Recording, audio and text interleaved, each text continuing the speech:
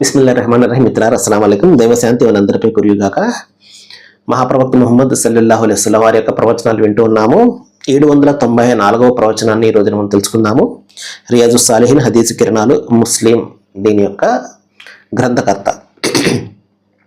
ముగ్గురు వ్యక్తుల గురించి ప్రవక్త వారు చెప్తున్నారు. ఈ ముగ్గురు వ్యక్తులను దైవం అస్సలు పలకరించడు, ప్రళయ దినాన్న కన్నెత్తి కూడా చూడడు, అంటే అసలు కేర్ చేయడు వాళ్ళను అని చెప్పేసి.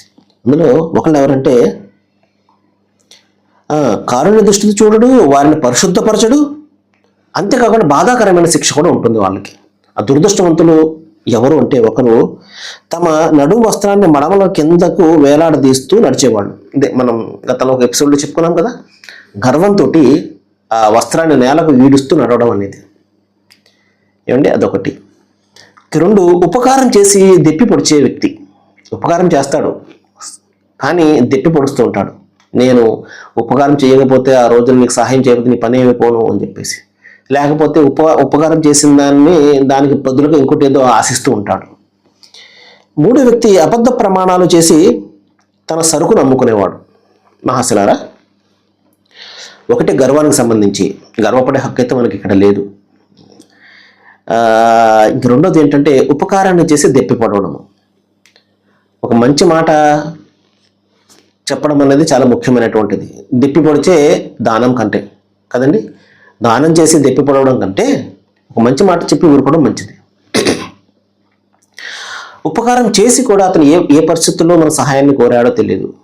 కోరాడు, నువ్వు చేశావు, చేసి నలుగురిలో దాని గురించి చెప్పడమో, లేకపోతే ఇతన్నే దెప్పి పడవడమో, నీ గతి లేక నా దగ్గరకు వచ్చావు, ఇలాంటి.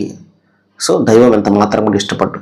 ఎవరికైనా సహాయం చేసావు అంటే మర్చిపోను, సహాయం చేసి మర్చిపో. దానికి సంబంధించి నువ్వు మర్చిపోయిన దైవం నిన్ను జ్ఞాపకం పెట్టుకుంటాడు ఆ సహాయాన్ని. ఇక మూడోది అతి ముఖ్యమైనది ఏంటంటే, బిజినెస్కి సంబంధించి, వ్యాపారానికి సంబంధించి అబద్ధపు ప్రమాణాలు చేసి అబద్ధపు మాటలు చెప్పి సరుకును అమ్ముకోవడం. ఈ రోజు అంతా కూడా అది జరుగుతుంది. ఒకటి చూపించడము, ఇంకొకటి అమ్మడం. ఆన్లైన్లో అవే ఒకటి జరుగుతున్నాయి. ఒకటి చూపిస్తారు, ఇంకొకటి అమ్ముతుంటారు.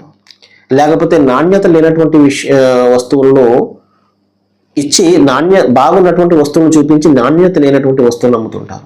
అనుకుంటుంటారు బాగా మోసం చేశాము ప్రజలు అని చెప్పేసి. ప్రజలు మోసపోతారు, ఎందుకంటే ప్రజలు మనుషులు కాబట్టి, బలహీనులు కాబట్టి. కానీ దైవాన్ని మోసం చేయలేరు కదా. అది దైవం ఇక్కడ ఏం చెప్పే విషయం ఎవరైతే అబద్ధ ప్రమాణాలు చేసి సరుకును అమ్ముకోవచ్చు మీరు, కానీ శుభం పోతుంది. అంతేకాకుండా అటువంటి వ్యక్తి మరి ప్రళయ దినాన్న నరకం పాలవుతాడని చెప్పేసి ప్రవక్త కూడా హెచ్చరిక చేశారు. సర్వేజన సుఖనోహంతు. Thank you.